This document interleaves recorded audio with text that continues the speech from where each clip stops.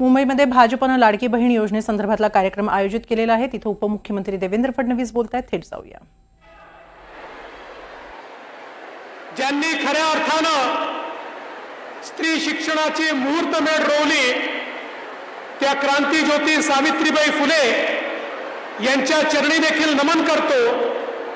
आज मंचावर उपस्थित असलेले आपले मुंबईचे अध्यक्ष आशिष शेलारजी, मंगलप्रभात लोढाजी, प्रवीण दरेकरजी, मनीषाताई चौधरी, विद्याताई ठाकूर, भारतीताई लवेकर, विजयाताई रहाटकर, पराग अळवणीजी, अमित साटमजी, प्रसाद लाडजी, कालिदास कोळंबकरजी, अतुल भातकळकरजी, राजन सिंहजी, चित्राताई वाघ, शीतलताई गंभीर, शलाकाताई साळवी, संजयजी उपाध्याय आणि या कार्यक्रमाकरता विशेष मेहनत घेणारे मुरजीभाई पटेल या ठिकाणी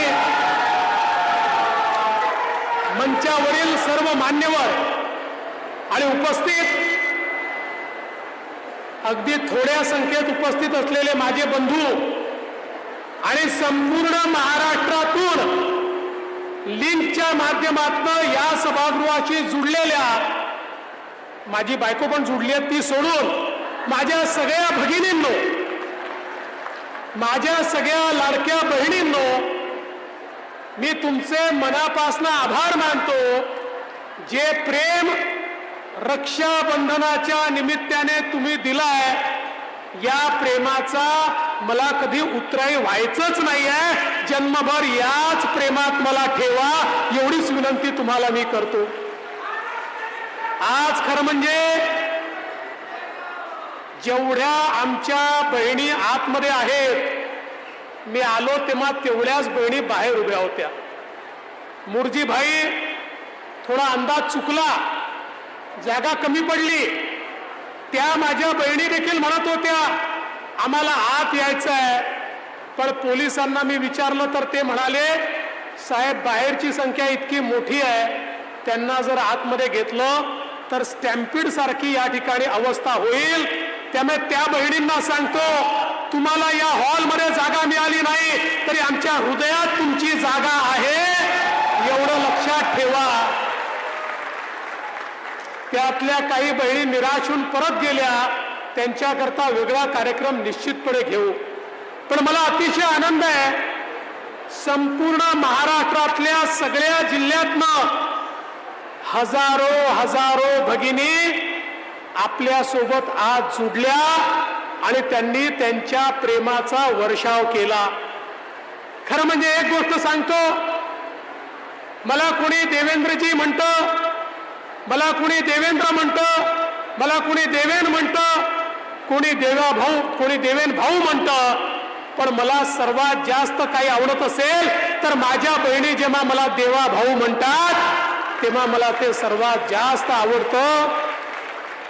कारण बहिणींनो, एक गोष्ट लक्षात ठेवा, मगाशी देखील मी सांगितलं, देशाचे प्रधानमंत्री माननीय मोदीजींनी आपल्याला सांगितलं विकसित भारत घडवायचा असेल तर आमच्या मातृशक्तीला, आमच्या बहिणींना देशाच्या मुख्य धारेमध्ये आणल्याशिवाय भारत विकसित होऊ शकत नाही। जोपर्यंत महिलांना अधिकार मिळणार नाही, जोपर्यंत महिला आर्थिकदृष्ट्या सक्षम होणार नाही, जोपर्यंत त्यांचे हक्क आणि अधिकार त्यांच्यापर्यंत पोहोचणार नाही, जोपर्यंत त्या आपल्या पायावर उभ्या राहणार नाही, तोपर्यंत विकसित भारताचं स्वप्न कधीच पूर्ण होऊ शकत नाही। आणि म्हणून मोदीजींनी विकसित भारताकरता विकसित मातृशक्ती, विकसित भारताकरता विकसित महिला अशा प्रकारचं महिला केंद्रित धोरण सुरू केलं।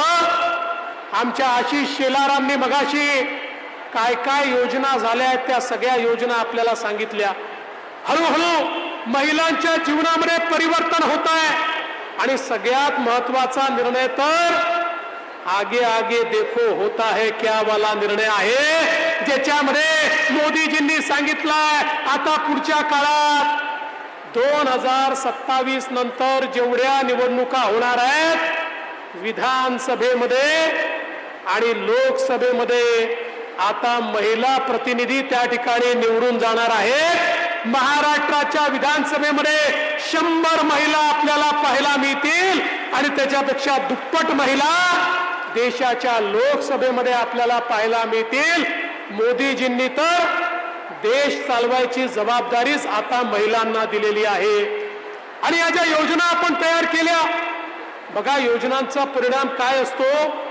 ज्यावेळी आम्ही निर्णय घेतला महिलांना एसटी मध्ये 50% तिकीट फक्त लागेल, लोक म्हणाले एसटी अडचणीत आहे, अजून तुम्ही 50% तिकीट म्हणता, ती एसटी बंद होईल. पण महिलांची ताकद काय असते त्यांना माहिती नव्हतं. महिलांनी असा प्रवास करणं सुरू केलं की अर्ध तिकीट देऊ नये, तोट्यात असलेली एसटी फायद्यामध्ये आली. इतक्या मोठ्या प्रमाणात महिला त्याच्यामध्ये प्रवास करू लागल्या. आज आपण लाडक्या बहिणीची योजना आणली आहे. लाडक्या बहिणींना 1500 रुपये त्यांच्या खात्यामध्ये आपण देतोय. या राज्यामध्ये काही नेत्यांना असं वाटतं की लाडकी बहीण योजना ही कशा करता आली. या योजनेला ते त्या ठिकाणी रोज शिव्याशाप देतात. या योजनेच्या विरुद्ध हे लोक कोर्टामध्येही गेले. कोर्टाने फटकारल्यानंतर योजना कशी डिरेल होईल असा प्रयत्न केला. मग सांगितलं योजना बंद होईल. पण मी तुम्हाला एवढंच सांगतो, या सावत्र भावांवर विश्वास ठेवू नका. हे सावत्र भाऊ तुम्हाला काही कालपर्यंतही देत नव्हते, आजही देत नाहीत आणि उद्याही देणार नाही. पण तुमच्या आशीर्वादानं आपल्या सरकारने या ठिकाणी 31 मार्च पर्यंतचे पैसे बजेटमध्ये ठेवले आहेत आणि पुन्हा एकदा तुमच्या आशीर्वादानं आपलंच सरकार या ठिकाणी येणार आणि पुन्हा पुढच्या 1 वर्षाचे पैसे बजेटमध्ये आम्ही ठेवणार. अरे बजेटमध्ये नियमाने 1 वर्षाचे पैसे ठेवता येतात. 5 वर्षाचे ठेवता आले असते ना तर आताच 5 वर्षाचे पैसे आम्ही ठेवून दिले असते.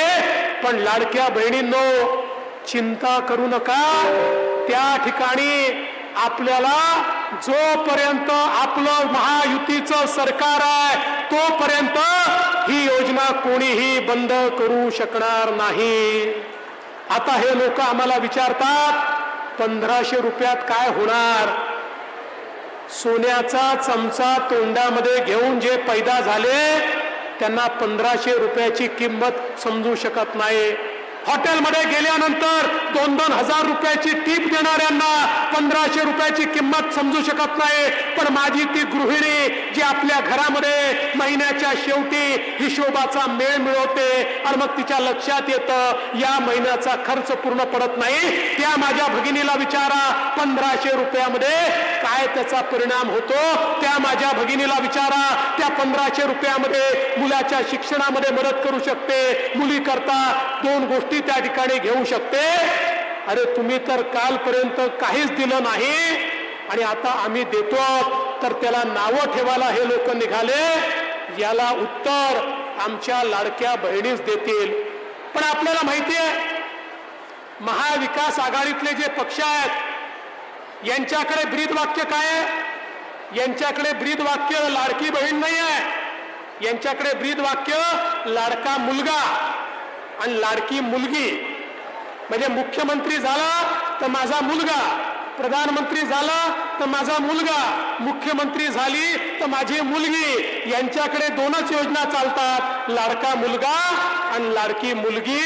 आमच्याकडे या ठिकाणी उपस्थित असलेल्या आणि महाराष्ट्रातल्या 12 कोटी ज्या काही जनता आहे त्यातल्या सगळ्या महिला या आमच्या एक सोडून आमच्या भगिनी आहेत आणि त्यांच्याकरता फक्त त्यांची मुलं एवढाच त्यांचा संसार आहे. त्याच्या पलीकडे त्यांना पाहायचं नाहीये. मला आनंद वाटतो आज आपल्या महिलांकरता आपल्या सरकारने उच्च शिक्षण मोफत केलंय.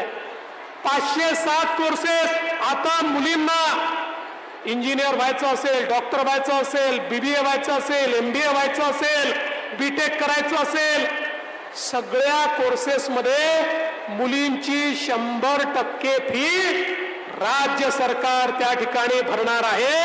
एकही पैसा आमच्या मुलींना भरावा लागणार नाही. बंधू भगिनींनो मुली शिकल्या तर या ठिकाणी आपला देश भक्कम होईल, म्हणून ही योजना आपण या ठिकाणी आणली. आणि आज आमच्या महिलांना 3 सिलेंडर मोफत देण्याची योजना देखील तुमच्या भावांनी या ठिकाणी आणलेली आहे. सर्व प्रकारे आपल्या मुलींना आणि महिलांना सक्षम करण्याचं काम आपण या ठिकाणी करतो. लेख लाडकी सारखी योजना आणली, ज्या योजनेमध्ये घरी जर मुलगी जन्माला आली, मुलगी जन्माला आल्याबरोबर 5,000 रुपये, पहिल्या वर्गात गेली 5,000 रुपये, 7व्या वर्गात गेली 6,000 रुपये, 10व्या वर्गात गेली 7,000 रुपये, 12वीत गेली 7,000 रुपये. 18 वर्षाची होईल तेव्हा 1,00,000 रुपये त्या मुलीला मिळतील, अशी लेख लाडकी योजना या ठिकाणी आपण आणलेली आहे.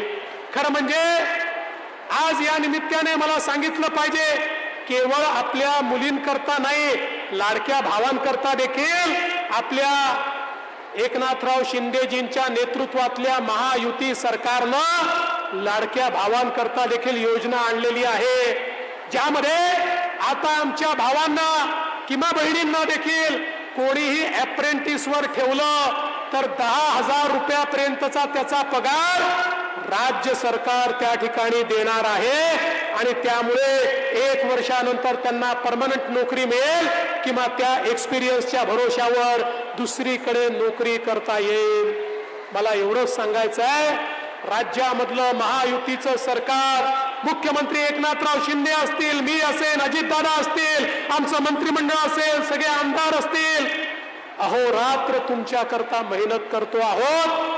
तुम्ही सक्षम झाला पाहिजे, महाराष्ट्र सक्षम झाला पाहिजे.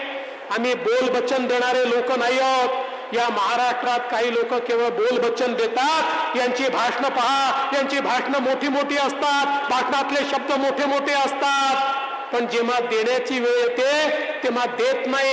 हे देना बँकवाले लोक नाही, हे लेना बँकवाले लोक आहे, हे केवळ वसुली करणारे लोक आहे. हे सरकारमध्ये आले तुमच्या खिशातलं देखील ओरबाडून घेतात आणि सगळ्यांकडनं वसुली करतात. त्यामुळे यांची तोंड रावणासारखी आहेत. रावण जसा 10 तोंडानं खोटं बोलायचा, तशी 10 तोंड यांची झालेली आहेत. 10 तोंडाने हे या ठिकाणी खोटं बोलतात. पण आपण प्रभू श्रीरामांना मानणारे आहोत, आपण छत्रपती शिवरायांना मानणारे आहोत. त्यामुळे रयतेची सेवा करणं हाच आपला धर्म आहे आणि तो धर्म निभवण्याचं काम या ठिकाणी आपण सगळे करतो. मी फार लांब बोलणार नाही. आज खरं म्हणजे सगळ्या जिल्ह्यांची आपल्याला बोलायचं होतं, पण धुळे ग्रामीण, मालेगाव, जळगाव शहर, बुलढाणा, खामगाव, अमरावती, यवतमाळ, वर्धा, भंडारा, चंद्रपूर, नांदेड, हिंगोली, जालना, संभाजीनगर, लातूर आणि धाराशिव या लोकांची आपण बोलू शकलो नाही. तिथल्या बहिणींची मी क्षमा मागतो, माफी मागतो, पण तुमच्याशी लिंकद्वारे नाही, बहिणींना थेट बोलण्याकरता आम्ही येणार आहोत. हा तुम्हाला शब्द देखील आज या निमित्ताने देतो. बंधू भगिनींनो, काही नादान नेते विचारतायत 1500 रुपये म्हणजे तुम्ही त्या ठिकाणी महिलांना लाच देता का? तुम्ही त्यांना खरेदी करता का? या नालायकांना हे माहितीच नाही, बहिणीचं प्रेम कोणीच खरेदी करू शकत नाही. आईचं प्रेम हे कोणीच खरेदी करू शकत नाही. अरे 1500 रुपये नाही, 15 कोटी रुपये देऊन देखील तुम्ही हे प्रेम कधीच खरेदी करू शकत नाही. हे तर आमचा प्रयत्न आहे की जे प्रेम आम्हाला मिळतं, ज्या प्रेमाने आम्हाला ऊर्जा मिळते, ज्या ऊर्जेमुळे आम्ही सेवा करू शकतो, आम्ही देखील आमच्या बहिणींना काही ना काही ओवाळणीच्या स्वरूपामध्ये टाकावं. आणि बहिणींनो, आता ही ओवाळणी दर महिन्यामध्ये तुमच्यापर्यंत तुमचे भाऊ पोचवल्याशिवाय राहणार नाही, हा विश्वास तुम्हाला देतो. पुन्हा एकदा रक्षाबंधनाच्या खूप खूप शुभेच्छा तुम्हाला देतो. आणि विशेषतः मुरजीभाई तुमचं, चित्राताई तुमचं आणि आमच्या मुंबईच्या सगळ्या महिला आघाडीचं मनापासून अभिनंदन करतो. इतका सुंदर सोहळा तुम्ही या ठिकाणी आयोजित केला आणि माझ्या बहिणींची मला भेट घालून दिली. थोड्याच्याच बहिणी भेटल्या तर हात भरून गेला, सगळ्या बहिणी भेटल्या तर माझी काय अवस्था होईल. त्या त्यामुळे ज्या बहिणी भेटू शकल्या नाही त्यांचीही राखी मला मिळाली आणि ही राखी एक असं कवच आहे जे कवच मला त्या ठिकाणी कोणी काहीही करू शकणार नाही. तुमचं कवच मला मिळालं आहे, बहिणींचं कवच मला मिळालेलं आहे. आता हे कवच घेऊन पुन्हा एकदा मैदानात जातो आणि तुमच्या करता संघर्ष करून पुन्हा तुमच्या करता वेगवेगळ्या योजना घेऊन येतो. एवढंच या प्रसंगी बोलतो आणि माझं बोलणं संपवतो. धन्यवाद. जय हिंद, जय महाराष्ट्र, छत्रपती शिवाजी महाराज की जय.